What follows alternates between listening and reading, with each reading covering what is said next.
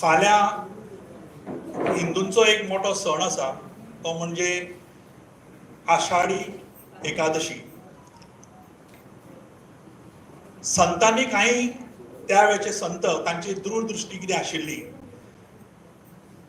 त्या वेळार तांच्यांनी म्हणिल्लें की वृक्षवल्ली आमा सोयरी वनचरी.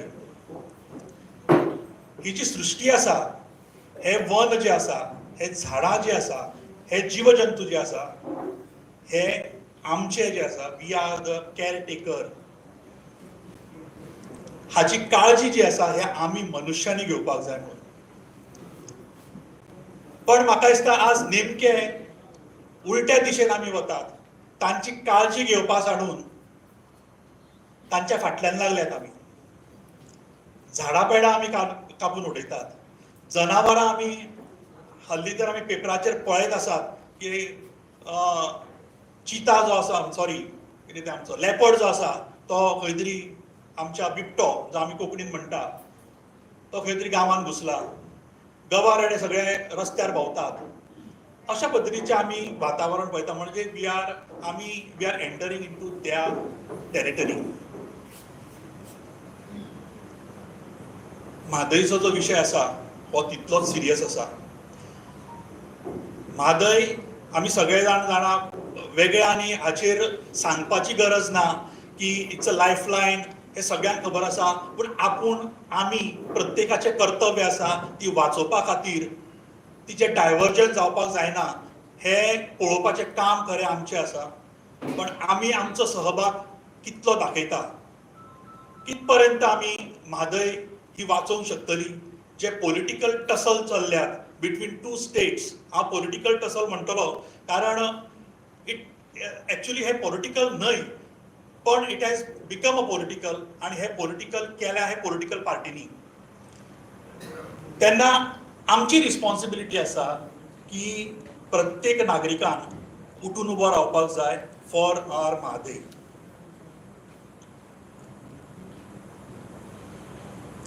आजचो विशय जावन आसा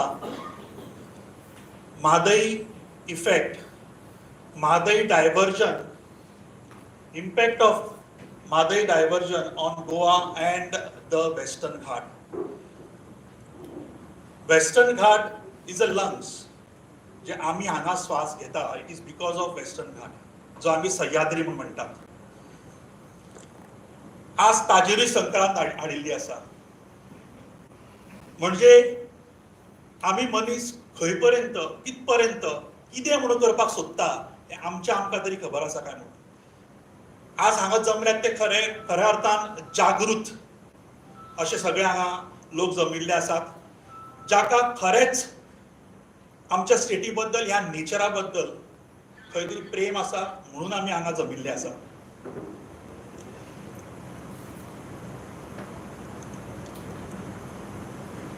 म्हादय ही खरें म्हणल्यार अशे स्टडीज आनी हातूंतल्यान आयकूंक येता आनी जे आमकां सांगल्या त्या प्रमाणे ही गंगे पेक्षा पयलीं हाजो उगम जाल्लो आसा म्हणून. आमी मा गंगेकूय मानतात. त्या मा गंगेक नमन करून, म्हादईक नमन करून, आमचे सह्याद्रीक नमन करून आमी ह्या कार्यक्रमाची हांगा सुरवात करता. हांव सुरवातेक आमचे प्रोग्रेसिव्ह फ्रंट ऑफ गोवा हाचे पदाधिकारी बाब सज्जन भाटकार, प्रोफेसर प्रज्वल साखरदांडे, ॲडव्होकेट हृदयनाथ शिरोडकर, रवी हरमलकर हांकां विनंती करता की तांच्यांनी फुडें येवन आमचे आजचे प्रमुख वक्ते जे आसा कॅप्टन नितीन धोंड हांकां माचयेर घेवन येवचें. ताळयांनी तांच्यांनी सगळ्या लोकांनी स्वागत करचें.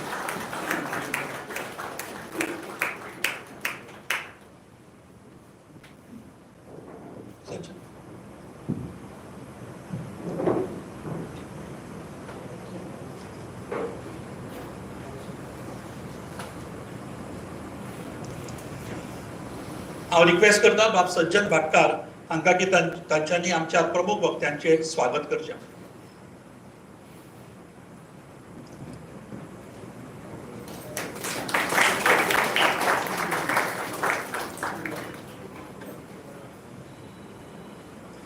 आज आमच्या मदीं काही प्रॉमिनंट फिगर्स हांगा आयिल्ले आसात. मॅडम नॉर्मा आल्वारीस जी जावन आसा आमची पद्मश्री अवॉर्डी, आणि एवरीबडी नोज हर की तिची फायटींग स्पिरीट, आणि तशेंच तांकां त्याच हातून सपोर्ट करणारे तांचे हजबंड क्लॉड बाब आल्वारीस. इनफॅक्ट सगळ्या पॉलिटिकल पार्टीज हांकां आमंत्रण दिल्लें, सगळ्या गोंयचे एक्टिविस्ट आसा तांकां आमंत्रण दिल्लें. पॉलिटिकल पार्टीज म्हणटा आसतना 3 खासदार आसा हांगा, 2 लोकसभा 1 राज्यसभा. तांकां आमी मुद्दम सांगिल्लें की तुमी ह्या कार्यक्रमाक येवचे आनी जाणून घेवचे की म्हादयचो एक्चुअल कितें विशय आसा तो, सो दॅट ते पार्लमेंटान मांडूंक शकतले म्हणून. पण अजून काय येवना. वी आर स्टील होपफूल की येतले म्हणून. मनीस होपाचेर जगता अशें म्हणटात, सो आमी होपफूल आसा की कॅप्टन सुरू करतले ताच्या पयलीं कितें पावतले अशें आमी धरता. त्याच बरोबर एक आमच्या मदीं आमदार आसात फ्रॉम वेळ्ळी, बाब क्रूज सिल्वा, ते येवन हांगा आमच्या मदीं आसात.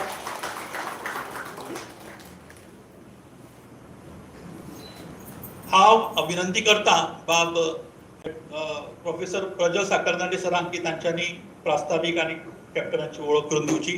ताच्या पयलीं एक सगळ्यांक विनंती आसा की मोबायल आपले आसात तांच्यांनी सायलंट मोडार घालचे टील प्रोग्राम सोंपो म्हणसर, आनी जे कॉल्स येतले ते मागीर घेतल्यार हरकत ना. अर्जंट कॉल आसा जाल्यार भायर वचून घेवचे.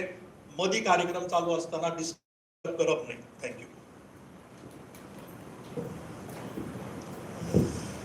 म्हादय ज्या न्हंय खातीर आमी हांगा व्हडा संख्येन जमिल्ले आसात, म्हाका सामकी खोस भोगता की गोंयचे our captain should know that गोंयचे सगळे eminent prominent firebrand activist who fought for Mhadei, they are all present over here. All of them deserve a clap. Makes me really very happy that each and every one who was for the cause of Mhadei right from the beginning, they are all here. The Mhadei river diversion issue, or the history of it vis-a-vis Goa, goes back to 1996 when Madam Nirmala Sawan came to know about it from the local MLA, as she tells me, and then she drew the attention of all the Goans that there is a cause here that we Goans need to fight. She prevailed upon Rajan Kerkar sir. She called me up, and many of us, she founded the Mhadei Bachao Abhiyan in 1997.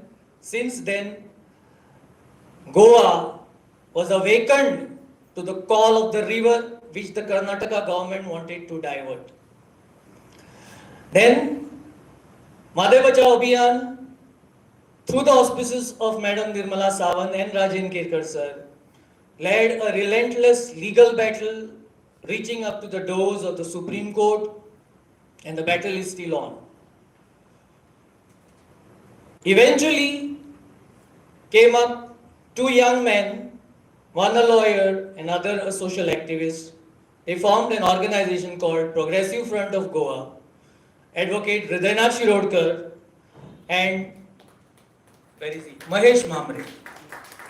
They founded the Progressive Front of Goa in 2019, a socio-cultural environmental organization, and the first discourse that they organized under the auspices of Progressive Front of Goa was a public lecture by Rajan Kerkar sir, an eminent environmentalist from Goa.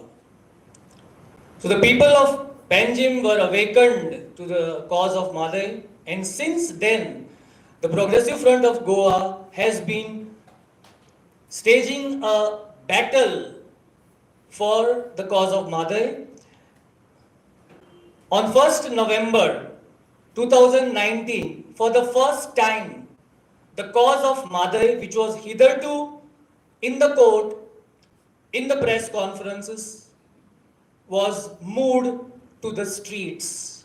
And on 1st November 2019, we were all fighting for the cause of Mhadei outside the assembly, blocking the road, and there were a large number of activists from north, south, and east and west of Goa that converged in Porvorim, and the battle began on the street.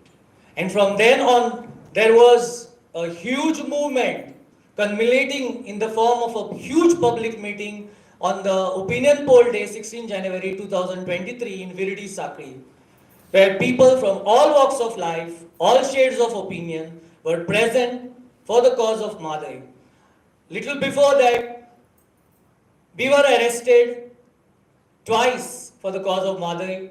Once at the time of the EFI, after our meeting with the then Environmental Union Minister Zavadekar, and then again later on outside the CM's residence. So the battle for Mhadei has been a battle which has been fought by the activists of Goa. Not only, I feel the credit of lot of it goes to the South Goa activists who are present here. Although they are not directly affected by the river diversion. But the South Goa activists, I wouldn't like to name one particular person because so many are there and it would be unfair if you name just one. We performed Mhadei Aarti and we did so many things, and we also on the 18 June Revolution Day in Margao, we had an Andolan by which we sent a clear-cut signal that the Mhadei river cannot be allowed to be diverted. The legal battle is on and awareness has been there, and today to create more awareness, I heard this man the other day in Ponda, Captain Nitin Dhond, and I was floored by his dynamic speech. It was eye-opener. What we knew, there was so much more to know. And today, he is going to tell us several things that you will be shocked to know. Captain Nitin Dhond. He wears a cap, that is his signature style, with a star, and he reminds me of Che Guevara, the revolutionary. He is a distinguished alumnus of T.S. Rajendra in 1977-78. By the way, he has been a distinguished alumni of the college, the MP College where I teach. We are proud of you. He has had a remarkable career spanning 45 years in sea service, with 30 years in command on various vessels, including oil tankers, VLGCs and passenger vessels. His professional journey and achievements are multifaceted. Captain Dhond's professional journey is a testament to his leadership and innovation in the maritime sector. He played a pivotal role in establishing the competence of Indian seafarers to operate LPG vessels, gaining international recognition. From 1991 to 2016, he trained and mentored hundreds of officers and masters, leading India's first VLGC operation under European fleet owners' charters. There are many things I don't understand, nonetheless, I will read it. His innovative solutions such as the simulation software for commingling butane and propane and the recommissioning of the largest VLGC underscored his technical expertise and problem-solving acumen. In 2018, Captain Dhond launched India's first domestic cruise, Angria, that we all know, setting a precedent for the country's cruise industry. During the COVID-19 crisis, Angria served as a crucial sea bubble in Gale, Sri Lanka, assisting in the evacuation of seafarers. His leadership also saw the establishment of India's first floating passenger terminal and the design of the first domestic cruise terminal in Mumbai. His contribution to society has been huge and manifold. Captain Dhond's contribution extends beyond the maritime industry to sustainable initiatives. In 2001, he founded India's first and largest private wildlife sanctuary, rescuing land from miners and anti-forest monoculture. The Wilderness, this is very famous. The Wilderness Eco Resort, established in 2004, promotes ecotourism and wildlife conservation. The Mhadei Research Center, founded by him in 2010, has spearheaded conservation and research initiatives across Karnataka, Maharashtra, and Goa.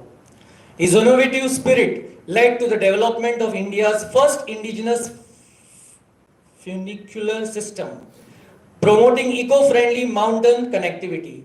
This system, patented by Captain Dhond, avoids the destruction of mountain slopes and forests, providing an economic and sustainable transportation solution. His recognitions and affiliations have been many. Captain Dhond's contributions have been recognized with numerous awards, including the Konkan Ratna for Ecotourism, the Kasti Bhushan for pioneering the Indian cruise industry, the Samudra Manthan Award, and the Excellence Award by the Trans-Asian Chamber of Commerce and Industries. That is Captain Nitin Dhond for us, a firebrand environmentalist, fighting for the cause of Mhadei. We welcome you, sir, on behalf of Goa. It gives me great honor and pleasure, and it gives me, Hridainath and Mahesh, Ravi and Sajjan, great honor to organize this program and to hear from you. Thank you very much.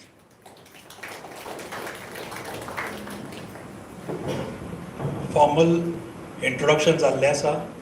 हांव request करता मानेस्तां की तांच्यांनी सकयल बसचे तोपर्यंत एक 3 मिनटां भितर आमी हांगा ती स्टेज जी आसा ती आमी रेडी करतात. Give us 3 minutes time.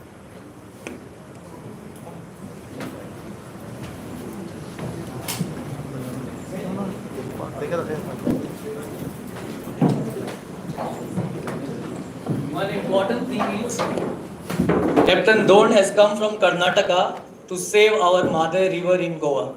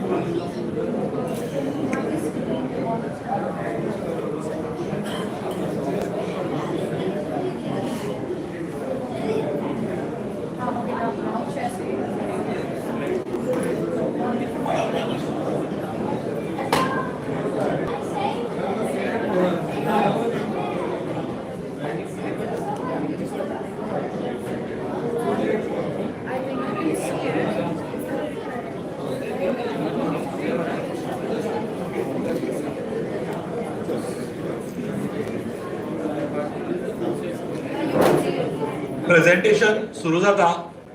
सगळ्यांनी पिन ड्रॉप सायलन्स दवरचे, प्रेझेंटेशन पळोवचें आणि पळयता आसतना लक्ष दिवन पळोवचें, कारण after the presentation question answers आसतले. सो तुमचे क्वेश्चन्स जे आसा किंवा तुमचे कितें डाउट्स आसा ते तुमी रेडी करून दवरात जेन्ना प्रेझेंटेशन चालू आसता तेन्ना. सो प्लीज अटेन्शन दिवन हे प्रेझेंटेशन पळोवचें. Thank you. Captain Nitin Dhond for you.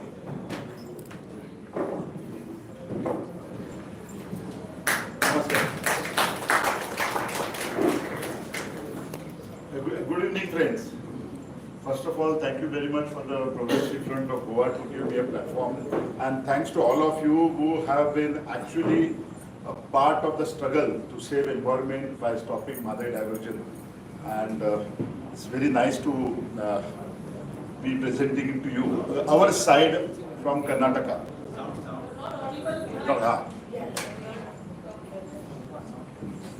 So,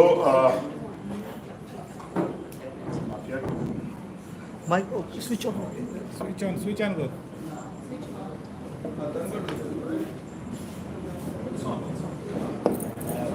hello. So, I would like to thank the Progressive Front of Goa and all the audience. Actually, the audience are the activists and the people who have been fighting for this cause to stop the Mhadei diversion. I am here to present you the case which we look at being in the northern part of Karnataka. This is not broccoli. So this is the photograph taken by our Colonel Ravindra Saini, who was a founder member of Paryavarani Foundation, founded way back in 1994. So when he flew over the Bhimgarh Wildlife Sanctuary, now a Bhimgarh Wildlife Sanctuary, was purely a forest of this thickness. And because it is a wildlife sanctuary, it is still been like this. And the dams which are going to come are exactly in this location. Karnataka intends to build 3 dams, Bandura, Kalsa and Haltara. All 3 are in a biodiverse, pristine forest such as this. So we will look at this project immediately in a context of what we are in a clear and imminent danger of global warming. This biodiverse forest is a carbon sink. We all know that it is a carbon sink, and all that carbon dioxide that we give out, these are the filters which absorb back the carbon dioxide. So immediate effect of the Kalsa Bhandura or Mhadei diversion is going to be a direct destruction of this forest, a fragmentation of this forest, which will lead to further global warming. Next. Another thing which has been spread in our part, that is Karnataka, and most of the people have been told, does the river water go to west to sea?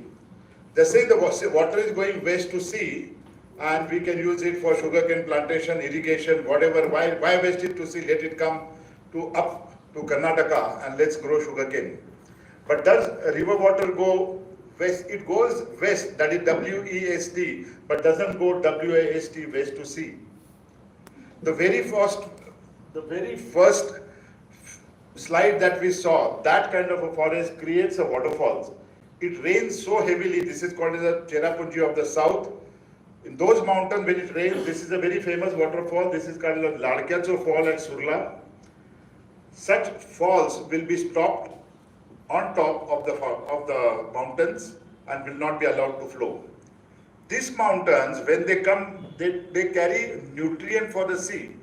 Dead animals, excreta of animals, rotten fruits, dried leaves, crushed mountain, everything flows down and goes to sea. Now this creates an algal bloom on our coast. The nutrients come from the mountains, that algal bloom then creates phytoplanktons, then create microbial activity, then you have krills, shrimps, crabs, mackerels or below bangla comes only because the nutrient goes to the sea and ultimately landing at apex of shark and whales. So if the marine flora and fauna has to flourish, the river has to go to the sea. This river is unlike the other rivers. On the Indian peninsula, on the western ghats, you have west flowing rivers which within 70 to 80 kilometers reach to sea, carrying all these nutrients. And you have slow meandering rivers like Ghataprabha, Malaprabha, Krishna. All these rivers slowly go 1,500 kilometers to the east. But all the nutrient that is created in western ghats and carried by this river is actually for the benefit of the farmers and the people who live on peninsular India. But the west flowing rivers immediately go to the sea and create support to the marine flora and fauna. Therefore, Goa has got 20 times more of fish diversity than that of the east coast, and in quantity it is 20 times more than the fish that you find on the east coast. It is must for everybody. It's a protein security and a security of marine flora and fauna. Marine algae also plays another role.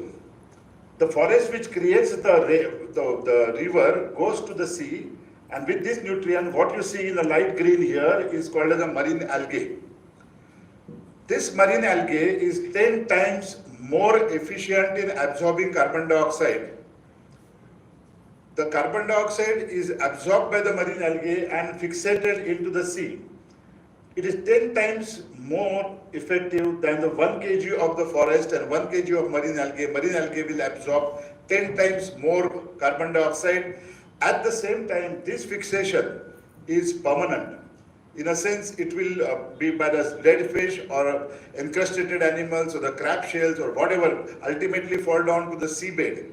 This carbon dioxide is taken to the seabed, whereas this carbon dioxide remains on the surface. Last year we saw forest fires. In a forest fire, this carbon dioxide was released back onto wherever the fire took place. So this is not a permanent fixation, this is a permanent fixation. And to cause this, the river has to flow to the west. This study is based upon 4 basic documents. One is created by Indian Institute of Science. It's a 120-year-old institute, very established research institute. So whatever study they say is a part of this presentation. Then you have Ashoka Trust and Norwegian Institute of Water Research. This is a 40-year-old institute based in Bangalore. And this is an institute which goes wherever there are water disputes to actually find out what are the exact inside which is creating the water dispute. And then IIT Mumbai. IIT Mumbai is what we are going to say. We have alumni of IIT Mumbai here, Milind Khanolkar, one of the Goa's first IIT after, I think, Manohar Parrikar. So, what IIT Bombay says is nothing more than what we studied in school. We studied in school that the rains, the trees bring rain, the forest will bring rain, and the biodiverse forest of Western Ghats brings rain. What IIT Bombay now puts it into figure that 40% of the moisture which is given to the winds coming from the southwest, direction from the Arabian Sea. 40% of the moisture is given to the clouds is from the biodiverse forest of the Western Ghats. It says biodiverse forest, it doesn't say forest. Now this 40% comes into prominence when there is an El Nino effect. When you have El Nino effect, when the rainfall reduces, this is more prominent, that the more humidity is given from this forest to maintain the disparity between El Nino and La Nina effects. So that is the importance of the forest. That is what IIT Mumbai says, and that is what we have been studying in the school. This is a geographical location. We are here, so we know that we are on a tri-state boundary. This is how, this is Goa, Maharashtra, Karnataka, and these are the locations. This is a Haltar Dam, where a small stream of Valvanti river moves into the Maharashtra, then moves back near Sakri, back to Mandovi, and then becomes Mandovi. This is the way the Mandovi is flowing to the Arabian Sea. Then we have this Kalsa. This is a very, you all must have seen this particular site because this is where the maximum destruction took place, and they put a tunnel and the work was going on. That is where the Kalsa is. And then the third tributary, which is called as the Bandura Nala. The Bandura Nala, again, all this three comes on a boundary of the three states, and the three states are up in arms. There are legal battles, there have been discussions in tribunal, now Supreme Court. The states are fighting with one another. So, we are trying to make this an interstate problem. We are trying to make this a political problem, and we are trying to make this a language problem, and the state chauvinism, and all other kind of a garbs which are coming in, and we are looking at the issue in a totally political and interstate, and has given a lot of offshoots, and it's complicated. It has been going on for almost, well, I know of more than 35 years, but the project came in much before 40 years back. Rivers started flowing well before humans came on this earth. So when the Mandovi was flowing and a Mhadei was flowing and a Malaprabha was flowing, humans were not there. Now in a contemporary boundaries which were actually brought onto the paper by Britishers, Portuguese, and then we now have a contemporary boundaries. But if we have to really look at this problem, we have to look at this problem by removing all these boundaries and looking at actually what is happening there. This is the picture. There are no boundaries now. This is Malaprabha, which originates in Western Ghat in Khanapur Taluka. We all know Khanapur Taluka adjacent to Goa. And she flows eastward, goes down, and then from here it goes to Bay of Bengal. Here they have a Navaltir Dam, which was constructed. It is almost about 100 kilometers. So we look at Malaprabha from the Ugam to the Navaltir Dam. At the same time, in the same region, you have Mhadei River, which flows from here. It comes down from, this is Kankumbi, into the Mhadei Wildlife Sanctuary. One part goes into Reserve Forest of Karnataka, Reserve Forest of Maharashtra, and then this is Bandura, where the one tributary comes from the Bhimgad Sanctuary. Then again they join and it turns into a Mandovi River, what we see here. Now this is the actual picture. 1989 to 1999, Goan, lot of leaders like Rajendra Kerkar, you had Richard D'Souza, who was a good forest officer, BNHS, Kasbekar, and all of the people, there are innumerous people who carried out an extensive study. It took them 10 years to form Mhadei Wildlife Sanctuary, which is about 220 square kilometers. The notification of this, when it came out, General Jacob was the governor at that time, and the notification says that the formation of this wildlife sanctuary is a water security for this region. It doesn't say for Goa, it doesn't say for Karnataka, it doesn't say for Maharashtra. It is for this region. And when we say region, this is a complete region irrespective of boundaries. Taking that, our people started working in Karnataka. We have what we call like a Paryavarani Foundation. We started this work in 1994, and it took us nearly 17 years to form the Bhimgad Wildlife Sanctuary, which is 190 square kilometer. Again, the notification says that it is a water security for a region. So, if you consider these two wildlife sanctuaries, and if you see the reserve forest of Maharashtra and the adjoining reserve forest and a contiguous forest, the total area what we are looking at right now, which is in danger, is 1,000 square kilometers of forest. Next. We started a resistance to this diversion in 1989. 1989, when we realized where the dams are going to come and how the water is going to be diverted, we first put in a flag, red flag, saying that this is not good. We informed Goa government, we informed Karnataka government, and we informed Maharashtra government in 1989. And since then, we are trying to stop this diversion. We have used all gentlemanly, all democratic processes, everything to say that it would actually, somebody would get a sense and stop. But we are at this stage where we know where we are, and I will take you further as to what other things are happening, for what we should be alert about. One minute. This is Western Ghats, we all know. We are in a part of a Western Ghat. We had, CESA was formed, and after that, a lot of people walked from 1,500 people walked from north and south. They met in Goa, and then Goa, that created Gadgil report. Gadgil said that this is a very eco-sensitive region and this is not to be disturbed. Gadgil report somehow was not accepted, followed by Kasturi Ranjan. The Gadgil reports are diluted by 60%. Kasturi Ranjan report came in. Kasturi Ranjan is still not implemented, and we suddenly get up, and when we had Wayanad, we say, okay, what happened? Okay, Kasturi Ranjan was not accepted. It went on for 2-3 months. Now everybody has forgotten who is Kasturi Ranjan and what is to be done with the Western Ghats.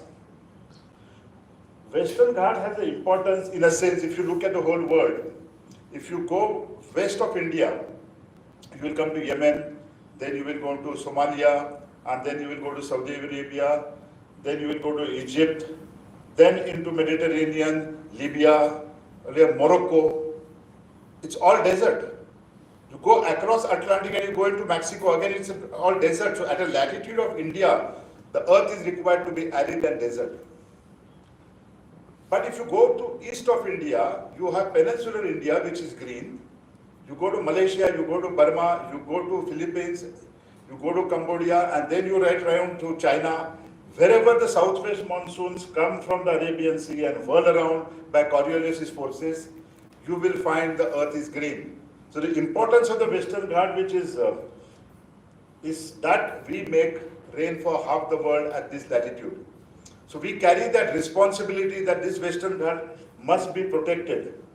2 reports have come. The Indian Institute of Science, the latest report, I met this scientist in Bangalore, and they said this is what we have told the government, that this is an eco-sensitive zone. This red part is an eco-sensitive category region 1.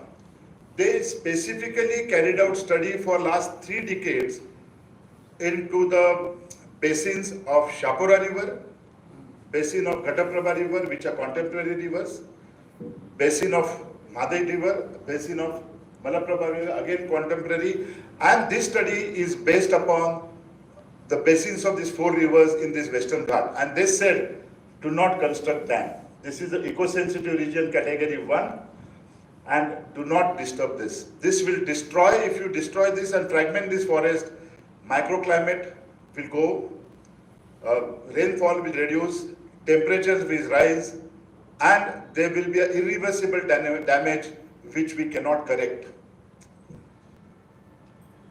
This is how it shows. This is a Bandura project. This is a footprint of Bandura project, which is clearly in the eco-sensitive region 1. This is a footprint of Kalsa, which is again in the eco-sensitive region 1, and this is Haltara. So all these 3 projects are coming in an eco-sensitive region category 1. This is the highest category region. The worst thing it also does is these projects, when they are constructed, you see this black vein or arterial things like those are rivulets which are fed by this water which is drained into this region. The water draining into these rivulets will be reduced drastically, causing damage not only to the eco-sensitive region 1 but also to eco-sensitive region category 1 and 2. This damage will affect all the 3 states, Maharashtra, Goa and Karnataka. That's what we call region. It will damage the ecosystem of this region. As far as Belgaum is concerned, from where we come, this is the only evergreen forest left. For us, the winds coming from southwest, going up, going into this evergreen forest create heavy rain in Khanapur, which is the Cherrapunji of south.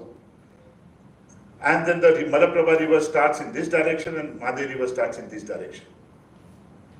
This is from the ecological insights of northern rivers of central India, Karnataka and Goa. And this is the official document. This was submitted to the government of Karnataka, that is our government. They did not act on it and now it is, they said that we have put it in a public domain for people to see. So to make people aware where are these dams going to come and what damage they will do. Next. To put it in a simple thing as to what the issue is and where we are and this is Mhadei originating, this dotted line is a ridge. It's a mountain ridge. This is east side of the mountain and this is west side of the mountain. Mhadei originates only within 2 to 3 kilometers from the origins of Malaprabha. Only difference is there is the ridge. Now, the winds come from here. We now have a wildlife sanctuary which is protected. It was a forest before it was protected and it was a very nice thing that it rains in the sanctuary in this particular forest. Mhadei starts flowing, Goa has good water, everything is nice and hunky-dory. Then on the other side, the rains go, they rain heavily into Khanapur, create Malaprabha, go down this, and there is a reservoir which is about 80 to 100 kilometers from where the origin of Malaprabha is here. 80% of the water which collects in this particular dam, Navaltirth, comes from Khanapur Taluka. This is very important for us in context of North Karnataka. Navaltirth Dam came up in 1972 to cater to traditional crops like cotton, jowari, bajri, soybean. But lately, after this dam came up, the pattern changed. So this story starts now in 1972, where when they had huge amount of water, which was sufficient for traditional crops and for the drinking water needs of this region, they started growing sugarcane. Followed by sugarcane factories. Today, there are 9 sugar factories operating in Malaprabha Basin, where our government says that there is a water deficit, we don't have drinking water. If you don't have drinking water, you don't grow sugarcane. They are growing, 9 sugar factories have come up. There is a software factories which have come up, which just use lakhs and lakhs of liters of water to wash their soft drink water bottles. Forget how much they must be filling up. You have industries which are water guzzling. You have distilleries which have come up here. And now the government they first looked at diverting Mhadei in 1989 as an irrigation project. But when they realized that 2 wildlife sanctuaries are now formed, it has got a protection. And so they started changing their colors. They started saying we want drinking water. Now it is a facade which has been created that we want drinking water, because if you say you have a drinking water project, it doesn't require many clearances or statutory clearances which are required can be bypassed. So when you have 9 sugar factories, the 10th one just got sanctioned by local minister, got it sanctioned for herself. And there are 9 sugar factories in the making, in the proposal which are going to come. They doubled the sugarcane plantation in last 11 years, and they say we want drinking water. And what happens with drinking water is, you can show me the inning.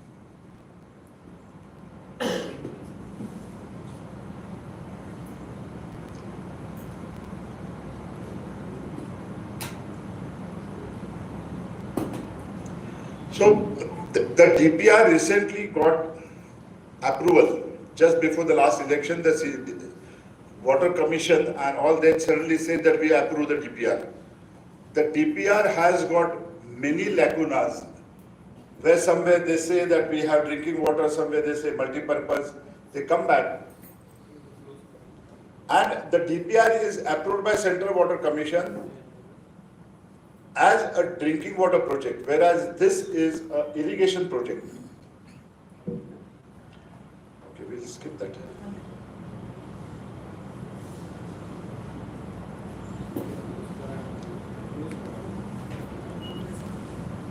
We'll look at that afterwards.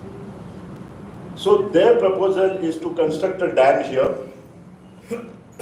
They're calling it drinking water diversion. Here they are putting it at Kalsa, where they want to drink it. This particular part was constructed even though when it was subjudiced, they completed this part. They are waiting to put the dam. The DPR for these 2 dams is. Now these are not ordinary dams. These are the dams which, see, normally you have a dam or a barrage, the water stops on one side and then gradually over a period it starts flowing into the direction of the river. Here they are going to divert the direction of the river to connect to this. This we have already seen whenever you are traveling at Kankumbi from there, and near Kankumbi you have seen this tunnel being done. Now you don't see it because it is 100 feet underground. Here recently they started an activity at Nirsa village. They put a plant where they are making a 20 feet dia pipes. They have realized this is very difficult, so they have started acquiring the lands of these people. We are opposing this. We have got all the farmers together. We had a huge agitation in Khanapur against this dam. People are now aware that there is the water will be diverted and their livelihood is going to be affected. Followed by that, last month in June 3rd, we had a massive rally in Belgaum. Again, that rally was non-political, non-religious, non-languages. Everybody came on road, more than 2,500 people.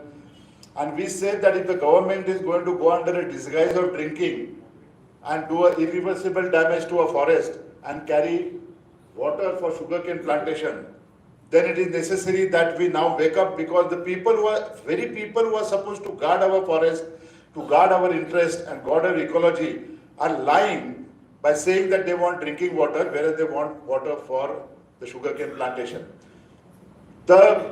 All the applications which have been forwarded by the forest department, they are saying there is no wildlife sanctuary close by. They say there is nothing applicable. Environmental not required. National Wildlife Board not required. These are the recommendations followed from all the departments of forest, right from grassroots to the level of the highest authority. And now they are going to center, to regionally empowered committee, and telling them, you give us the permission.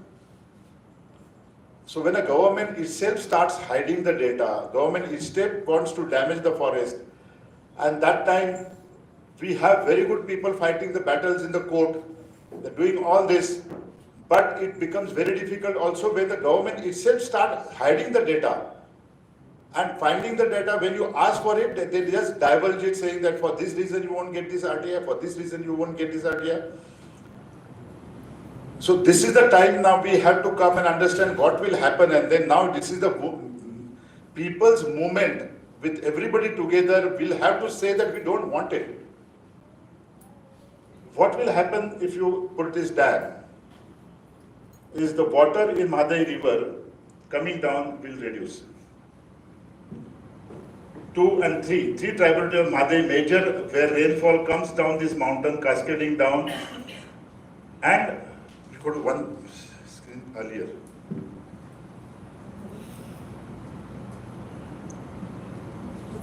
earlier.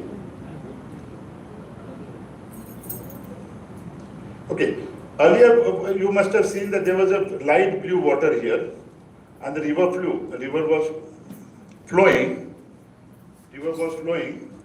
and now you see that there is a reduction in water in this wildlife sanctuary, and reduction in water in Mandvi river, the saline water is going to enter.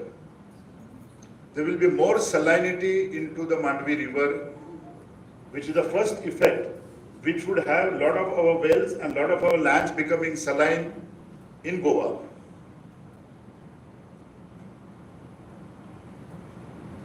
Yeah, here. This was very nice picture where the river flows, keeps the salt water out. The next slide.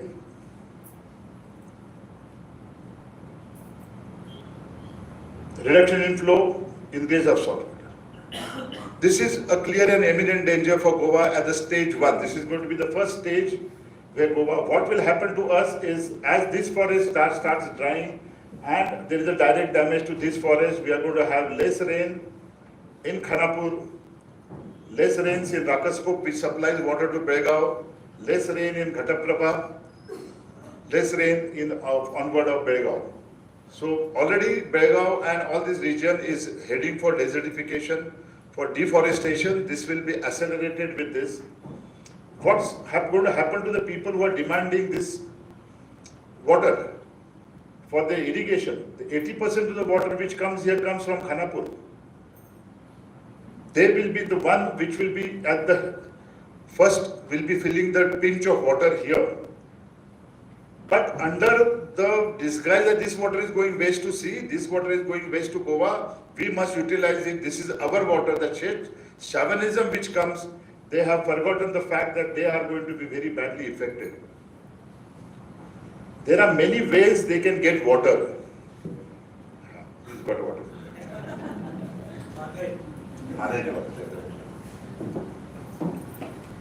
They have Benihada, a tributary of Malaprabha. It's a very, very prominent. Every year they have floods. They could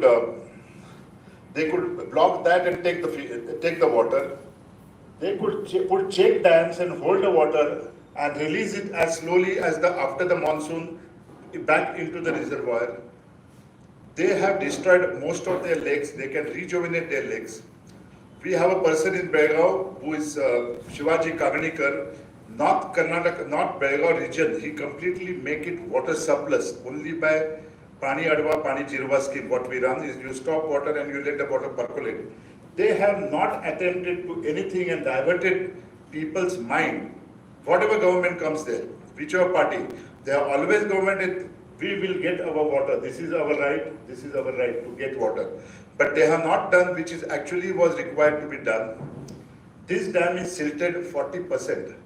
24 TMC, 10 TMC water is lost because there is a silting in this dam. Why is the silting taken place? There is a deforestation, mass deforestation in Malaprabha river. Malaprabha river has started growing sugarcane. Now sugarcane, when you deforest a biodiverse forest and when you make the trenches and you plant sugarcane, the silt is going to go. If they could silt, only remove the silt, 20% silt from this, they have 2 TMC water which could have come from Bandura, which they are pressing right now. But our government is not trying to do anything here and to make water in Malaprabha, but they are banked upon giving false statements, creating false narratives, and put these dams.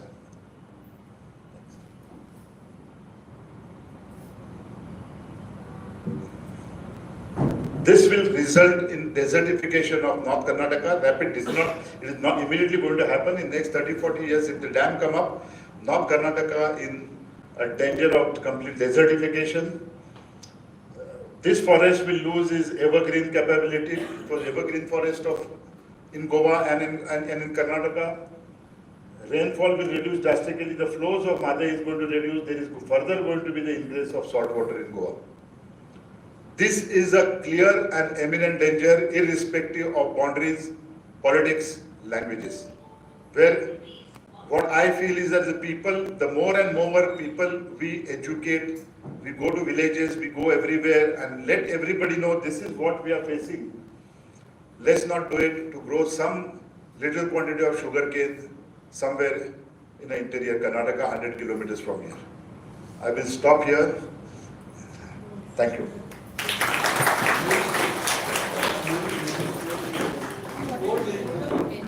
Yeah, there is a movie, 4-minute movie. Yeah, this is what I wanted to show. This is the DPR, where if you see, this everything is non-applicable. You know, this, yeah. Here I also can't read, but you know, riverine regime effect, ecological effect, environmental impact assessment not required. These are the DPRs, and this is the DPR which has been approved by Central Water Commission with lot of lacunas. Yes. I want to show what will happen to our famous Lakadi. I mean, how their planning is. You show the waterfall. Waterfall in Sula.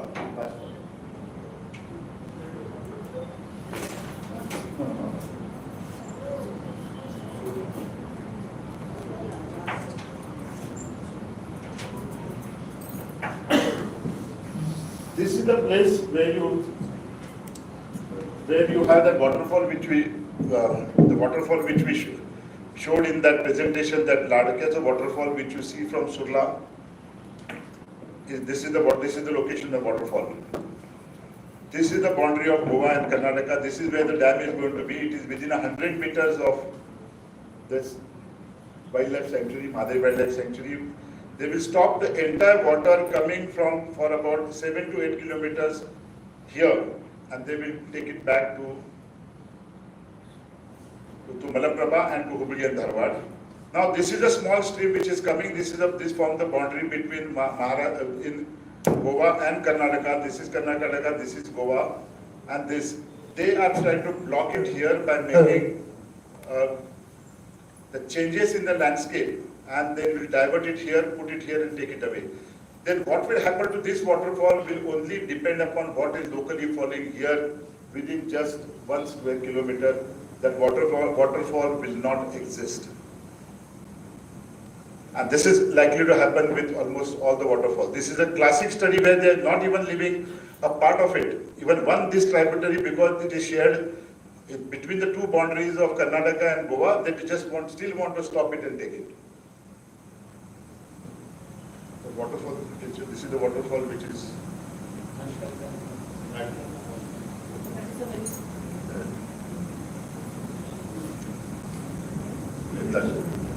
This is the waterfall which you will not see anymore.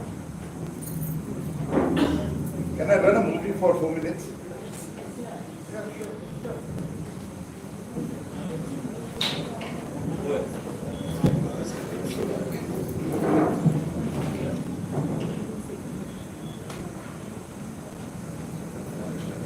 Rivers have been flowing before we humans came into existence and before the nations and state boundaries were formed. In the western Ghats, both the rivers, the west-flowing Mhadei and the east-flowing Malaprabha, originate in Khanapur Taluka, separated by a few kilometers. These rivers originate in the forest, and they are the lifelines of the forests of the Mhadei and Bhimgarh wildlife sanctuaries. This biodiverse forest of 700 square kilometers is responsible for heavy rainfall, and therefore this region is called the Cherrapunji of the south. Because of these very large wildlife sanctuaries, there is heavy rainfall in the region, which makes the rivers flow, making Goa and North Karnataka green and prosperous. Goa is a town with coconut, cashew, mango, and many varieties of trees, and fields of rice. Fishing and tourism are also booming in Goa. The North Karnataka region is also prosperous because of the east-flowing Malaprabha river. There are a lot of sugar factories and sugarcane fields. There are more and more sugar factories and sugarcane fields emerging, and therefore there is an increase in the need for more and more water, as the sugarcane crop requires more water. The setting up of new industries and monoculture plantations has resulted in a lot of deforestation too. This has made the Malaprabha River a water deficit river. To cater to the increase in demand for more and more water, the Karnataka government is constructing 3 dams on the Mhadei River to divert the water to Hubli and Dharwad, 100 kilometers away. This will completely stop the flow of water to this entire forest region, and this will affect 700 square kilometers of rich biodiverse forests.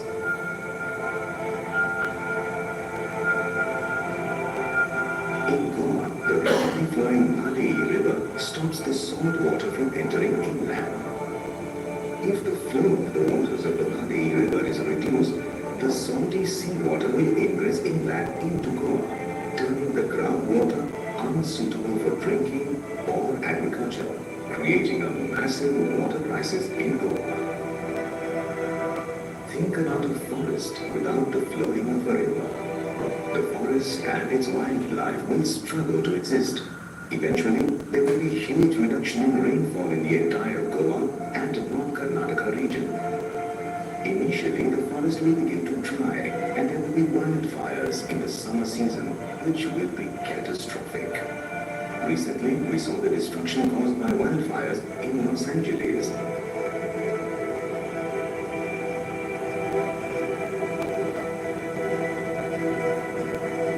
When a river flows into the sea, it carries a lot of organic matter from the forest to the sea, and this acts as a nutrient to the marine life in the sea. This organic forest waste further creates marine flora and fauna, which in turn creates marine life. The whole marine ecosystem comes into existence, which is why Goa gets a huge catch of fish. The Mhadei diversion will adversely affect the fishing industry in Goa. Finally, there will be desertification of the Goa and North Karnataka region, which will increase the temperature drastically. Goa will no longer be a paradise, and eventually this will affect tourism, farming, and fishing. Because of global warming, the sea levels are already rising, and Goa will be facing the ingress of seawater inland. This, coupled with the stoppage of the Mhadei River and the reduction in rainfall due to damage of the forests, will create a disastrous situation for Goa. Now is the time to stand up and say no to the Mhadei diversion to save Goa.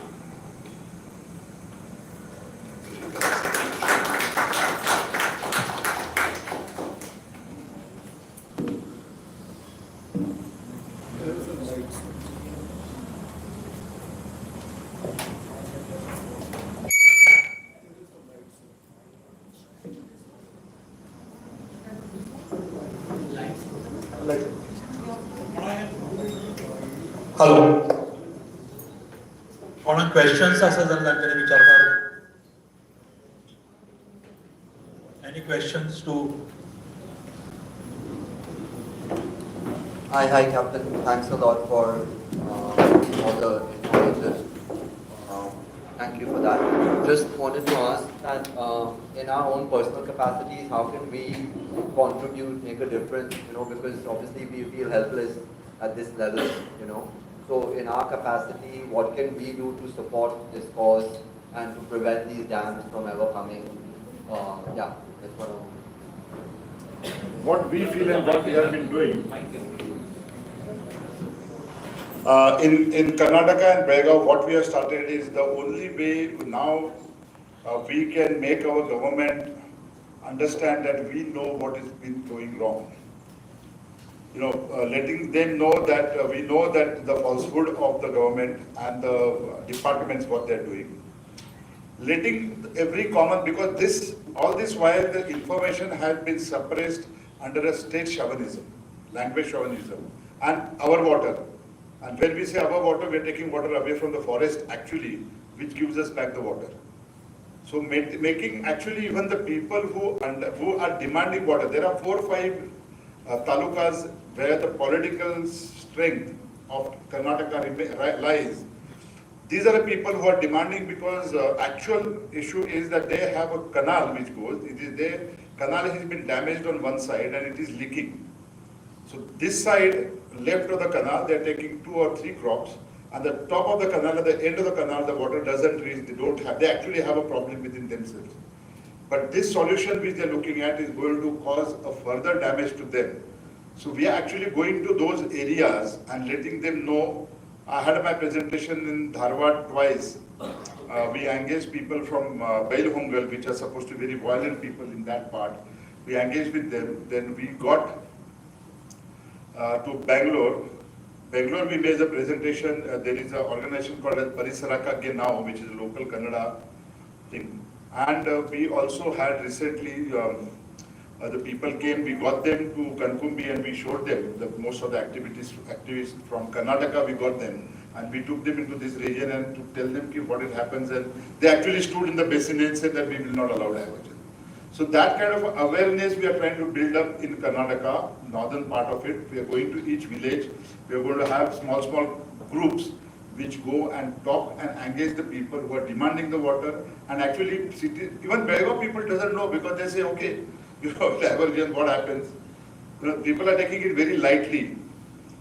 But the last, after we created that awareness for almost 6 months, and going to, say, Rotary Club, Belgaum Chamber of Commerce, Hotel Owners Association, farmer groups, then we actually went and staged the first official protest in Belgaum, which was never possible. See, our group tried to do it in 2000. The group was victimized. They told them, we'll come into your house and kill you. Truckloads of people did come from the farming community. The Karnataka Electricity Board got behind the people. The people who were businessmen were haunted.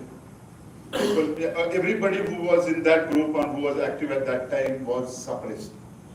And therefore, for a long time, this did not take up again. But now the time has come again that we have to do it. All the people have risen again. The moment we had the morcha, we had the threats and all the open threats on the TV channel that we'll come and we'll look at you in your own house. So that's the resistance which is going to be there. But what we have found now that as we are educating more and more information is going to the people, this kind of a talk is reducing. They are ready to understand, they are ready to listen. So, but the pressure on the government has to be there from the people, irrespective of which political party ruling at that time. There has to be a pressure, and the people who make certain decisions at center must know that their political career also is dependent upon taking wrong decisions for. So people force, this is purely technical, that people once they are educated, there will be a force that the people who make decisions, the departments which are involved, they will know that we have to be careful because people are in the know of the situation. So the only thing I say, this is not a protest, this is not a thing, but this is something where you should take across all the 3 states. It should not happen in Karnataka, it must happen in Goa, it must happen. I'm holding a couple of things in Maharashtra, because Maharashtra also is affected. And this damage will not restrict to a small pocket of, where we're looking at, but this fragmentation of this forest will be a major effect on the local ecology in the long run. So, like to your concern, we must take this to very common man to understand that this is the issue.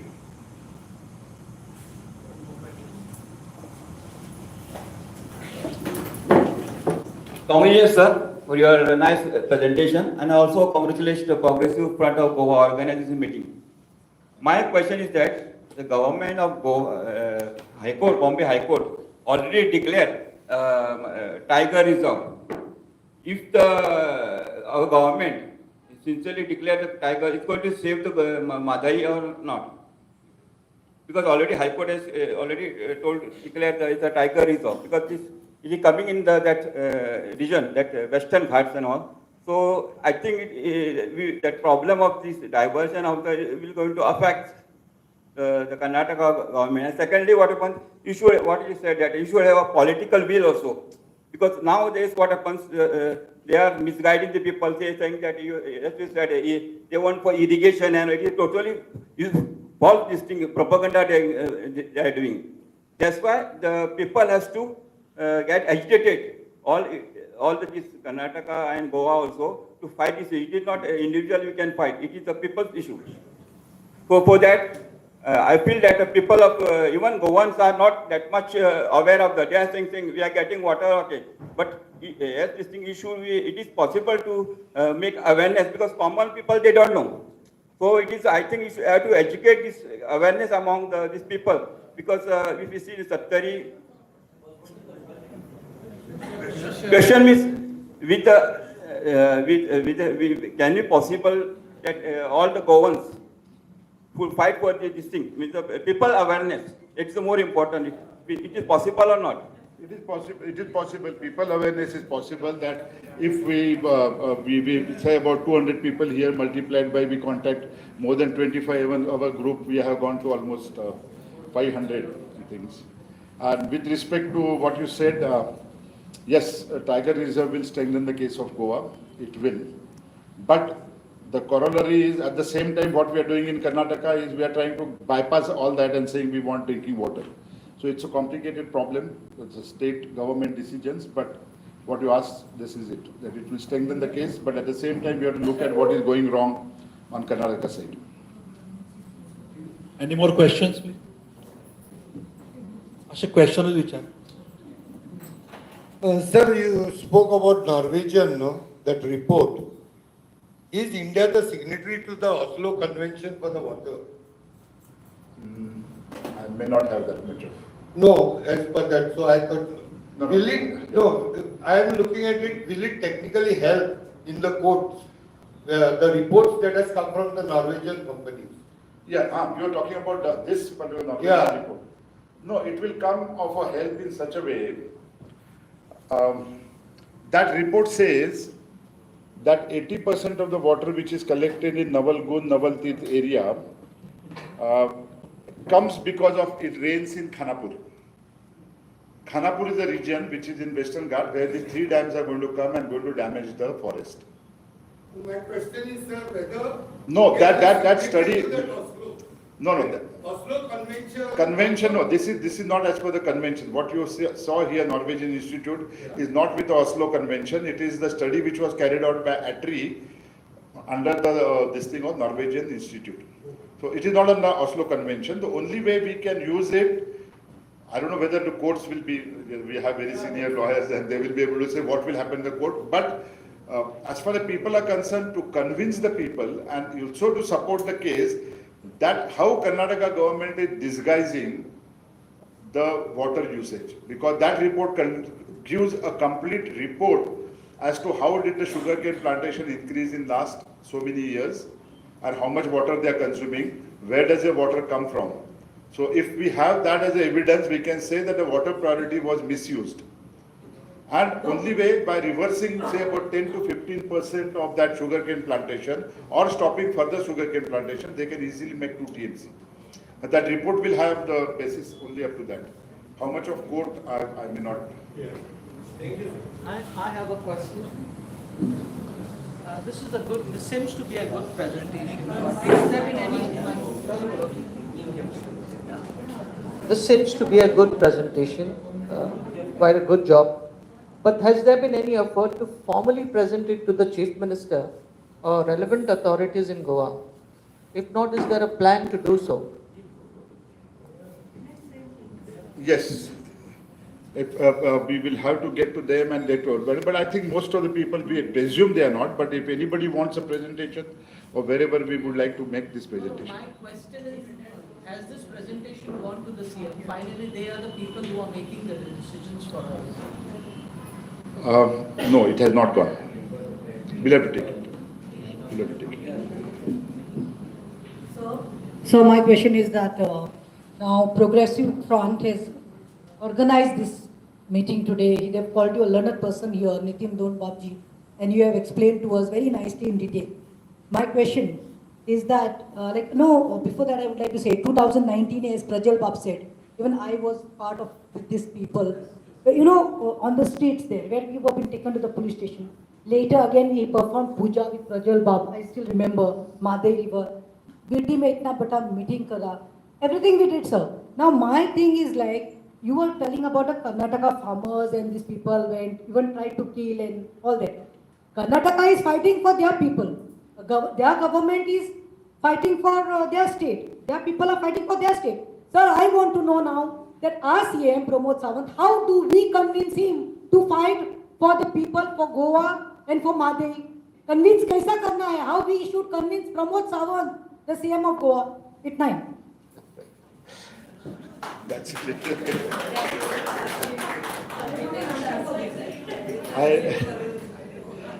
People pressure has to build up by understanding the clear and imminent danger.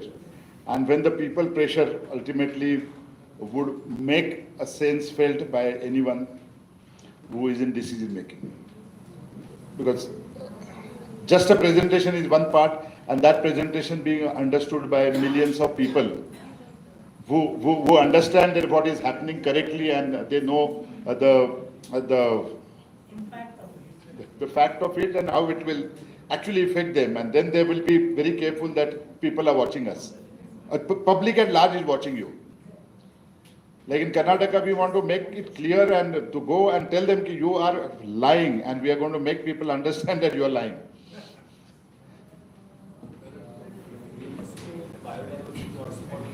Any more questions? Yeah, this is a biodiversity hotspot within the state. Yeah.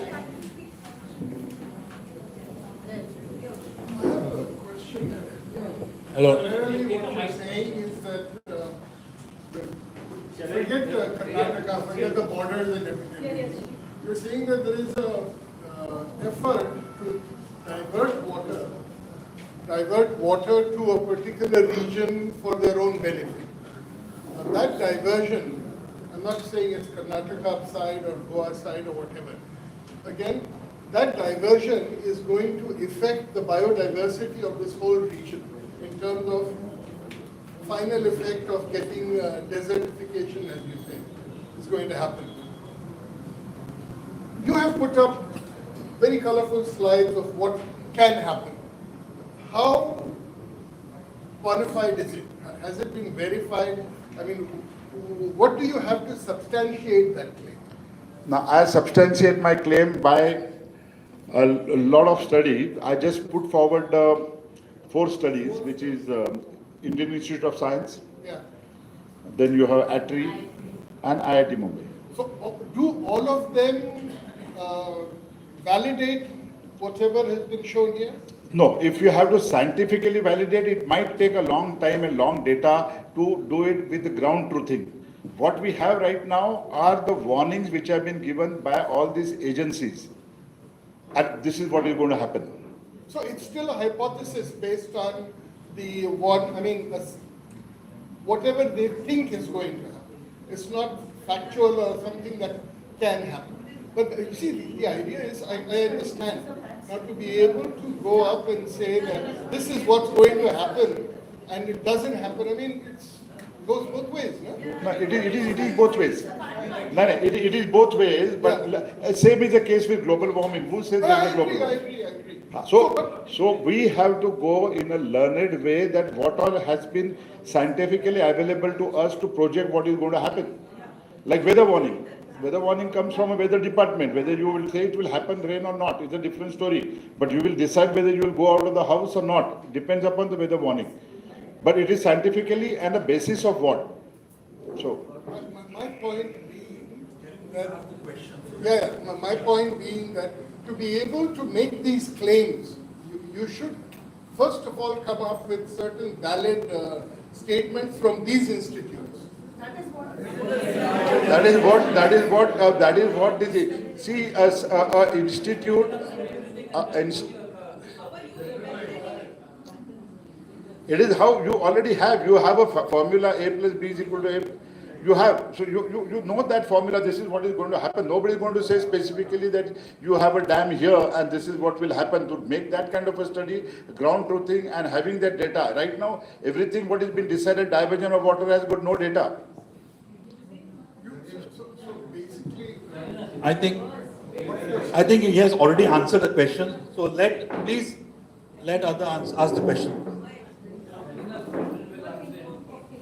Captain Dhondji, welcome to the land of Feni, Konkani, where Amar Akbar, Amrinder, Anthony live in harmony.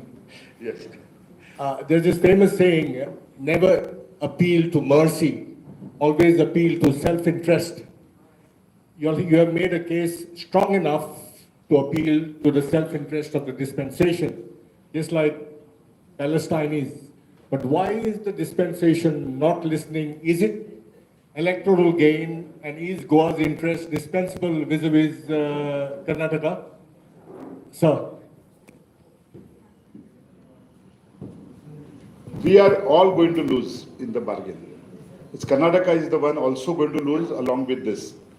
So we have to make us learned, we are, but other people learned, and we have to get back that the dispensation, what you're saying, the people will understand if we do this wrongly, we will not be looked upon as the good leaders, or we will not be looked upon as the good administrators when we have this data and we still go ahead. This is because the whole riding of whatever is happening today is on the basis of a crying baby gets more water or milk. In this case, crying Karnataka is getting more water because they come in a trucks and they do all this sort of thing. It is reduced now. Whatever. Yeah, so it's all ultimately going to be the whoever is crying and wherever there is a benefit. So in judiciary it should not happen. Politics it will happen, but if ultimately it has to go and we have to choose our good leader, then we'll have to look at who actually is looking at the interest of not only Goa per se or not only Karnataka, a region, the interest of the region. And there when the pressure comes back on them, that is what I feel. People know what I'm doing. They are, when they vote, they will look at what I did for this, because this should be a main issue other than any other issues right now for all this region. Okay.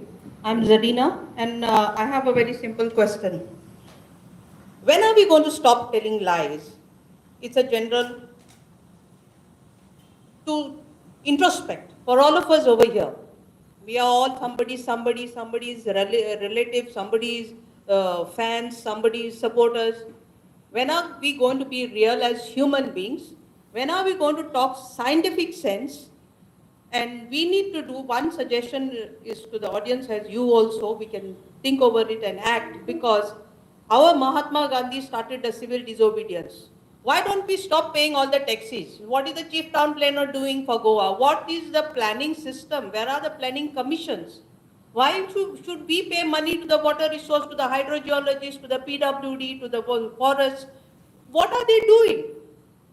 They are not doing their jobs. So we need to have a debate with these learned fools running all these departments and taking fat salaries month after month. And we need to slam, shame, and send all the legislators back home. They are not legislating because they are incompetent to comprehend what you and I are talking today. They are illiterate. They are only there for greed. And we have stupidly played onto their freebie cart, gone onto that stupid bandwagon, and we are killing ourselves. We have hit on our own legs.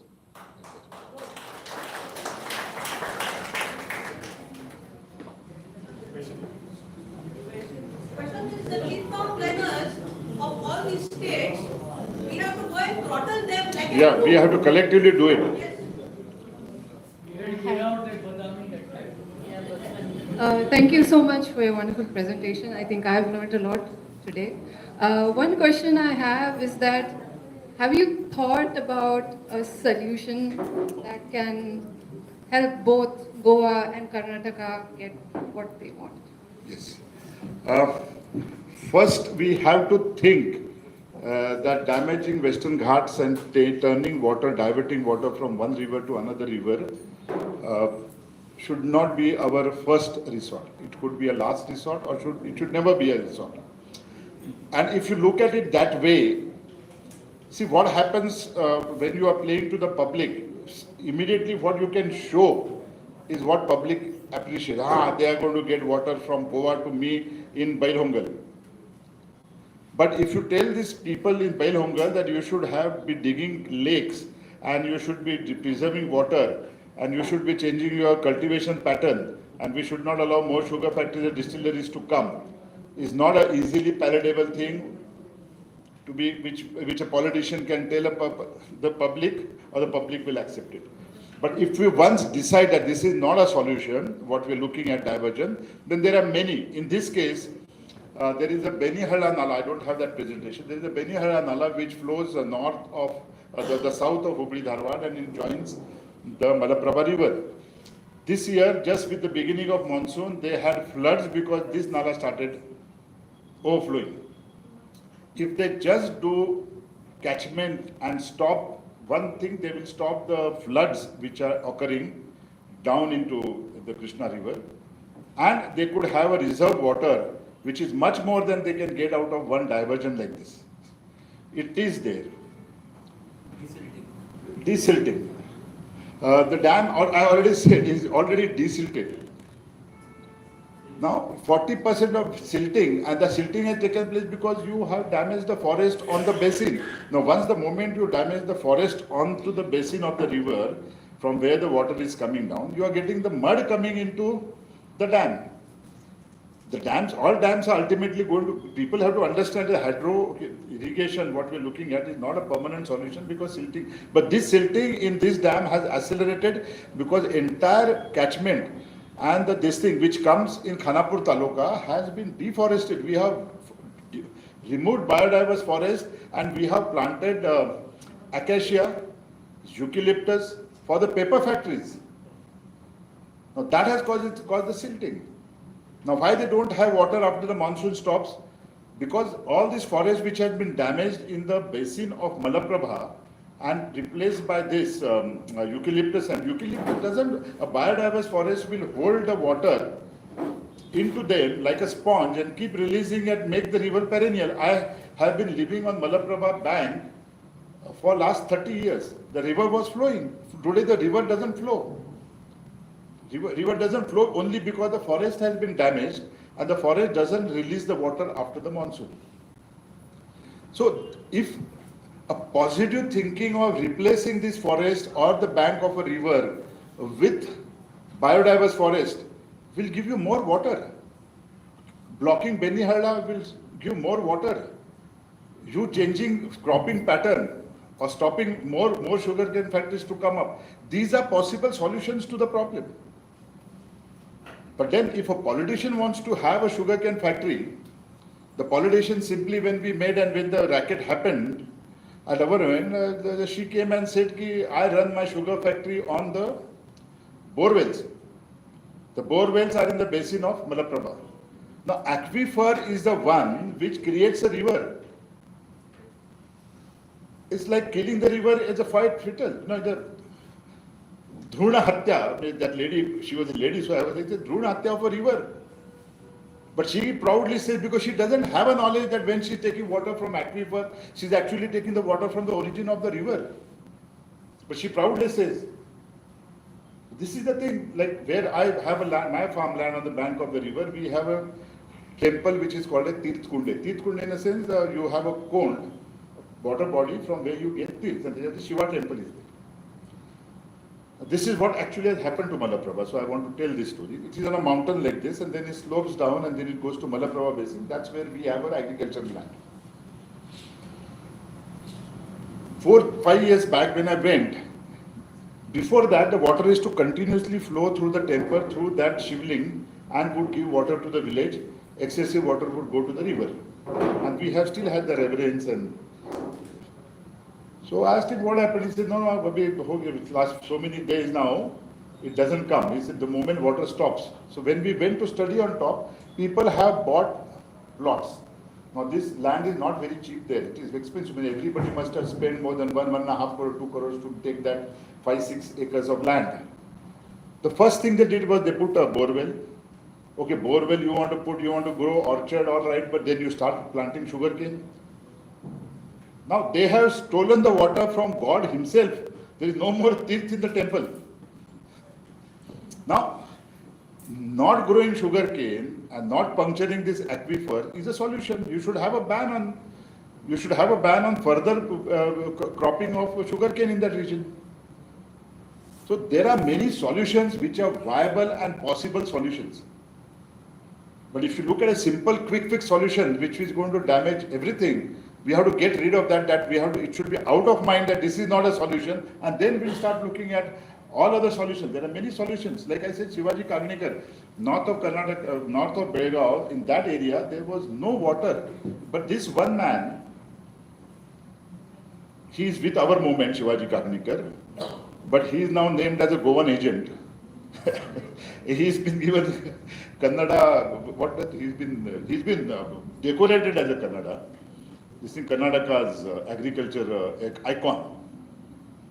But he's the one who created water. There was no, now they have a lot of water, but he made one thing, that I will give you water. Your village has now got water, but you will not grow sugarcane. So that kind of a activity, if the government actually, one man can do it. Our group was awarded by Karnataka government in 2014 for ecology. Today they look at us as we are anti-state. But the solution, the answer to your thing is, if we stop thinking which is not viable, irreversible, and look at viable solutions, there are many. I feel the real victory for this presentation is not Mhadei, the whole issue. The real victory for you all will come when this. I'm a journalist, okay? I'll talk from the journalistic perspective. The real victory will come when all 40 people, all the 40 MLAs are shown this. We already have one here today. I think that's the real victory. That will be a real victory. That is what should happen. We are like this gentleman said, are we talking on hypothesis? First of all, cutting a forest itself is a big crime now, because you are removing all the carbon in the air, what is stored for all this year. And already we have one question coming up. Coming From Lydia. Hi, Captain Nitin. Thank you for the wonderful presentation. Today I felt I am much knowledgeable about Mhadei diversion. Straight away come to my question. I'm a teacher by profession, and usually I put up my status on the Mhadei issue. So there are kids from the age group of 50 to 80 who usually keep asking me about the Mhadei diversion. So the presentation that you explained, to be very truthful, sir, I could not understand some of the scientific terms that you used, to be very frank. So is it possible for you to make the presentation in a simpler way, maybe a video, so that I can share it with the age group of like 15 to 18 years? Because as we say, children are the future citizens of India. So my question is it possible for you to share it in maybe some simpler words or a simpler video, so that I can share it with them, I can explain it to them in a better way? We are preparing some. Out of that, the first one is ready because it was ready already. It is called as How Trees Make Water. It is the English documentary, and we got in touch with the person. Who made that documentary, and we asked him, can we convert this into Kannada? Can we convert this into Marathi? And can we use it? He said yes, you do it in any language. So first we have done it in Kannada, and we have sent it to all the farmers to understand that the water doesn't come through your dam, it comes from the forest. So similar thing can be, we are working on, we have some of the videos which are simpler, we will share with you, Lina will have. And this presentation also we can simplify much. This was much done in a hurry because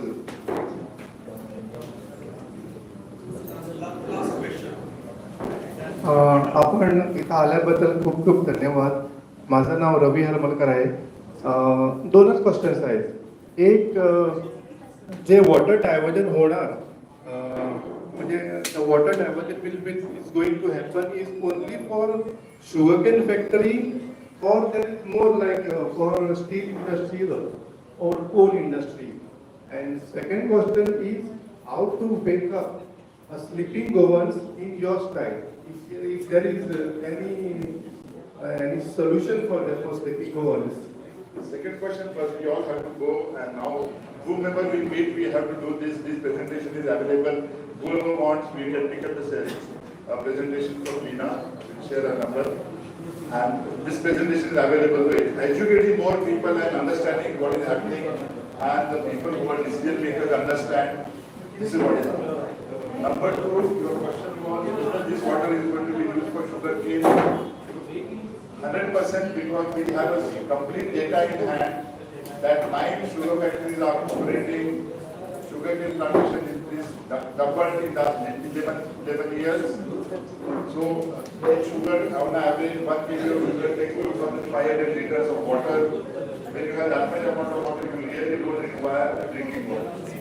So, their drinking water priority is not what they are, and 24/7 water exists in OPL Dharwad where they say we want water. We have a KUID document. That document completely mentions that we have sufficient water for next 40 years. Coal, this is not going to be used for coal. This water will also be diverted for industries. Because in Belgaum, we found that there is an 80-kilometer pipeline which is laid from Irigal to Malaprabha, that is Metaprabha to Malaprabha, and they are diverting 1 TMC of water for industries, not for drinking. If they had a drinking need, they would have taken that for a drinking, but they are taking it for industries. So it's a clear evidence is there that taking it for industries.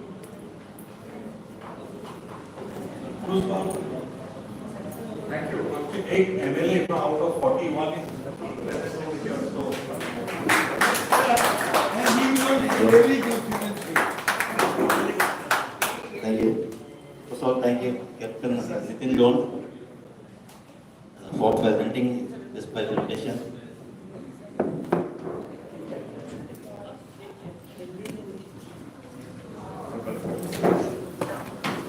So I should thank you for coming to Goa. I especially came to see what are your views in Karnataka, what we are fighting for. First of all, I'll tell you a few days back. He came specially from Dhond to my office in Delhi just to give 30 minutes this presentation to tell me, to convince to what is this. So I should appreciate it. Only coming for 30 minutes in Goa to my office, special for that. So and especially I came today to see this, and all these activities are there. So I just wanted to know, just we have a lot of issues we have raised. This assembly also we have raised a lot of questions, we have put a lot of questions. Now this Mhadei double tracking, this water, is there any link? I have heard before also that now you said that sugarcane factories are coming. Are there that steel factories are coming that side? There are some. So anything link is there with this double tracking, Mhadei and this steel factory? Direct relationship I don't know with this, with respect to coal. But there is one statement which is very dangerous that we all must know. Chief Minister of Karnataka says that we will give you electricity or by destroying wildlife sanctuaries, you let us destroy your forest. This is a dangerous statement. So we have to be aware, this is what they think. You know, you kill and we will also, we both will kill someone. Secondly, The direct relationship is between that two and the future. secondly, you said that the farming will be affected, the fishermen will also be affected. Because you said that a lot of we get fish because of this in Goa. So I think we have to educate our fishermen also. So because they will not be knowing it. Now we are talking only about North Goa will be affected. So all farmers and fishermen also will be affected. So that's also I think we should talk to them also. So that is, we'll have one in Then somebody said also all MLAs should be given this presentation. I think so. You have a special call, only the MLAs and give them presentation. Only the MLAs you can. Then let us see how many are coming. And I think before assembly all will be better.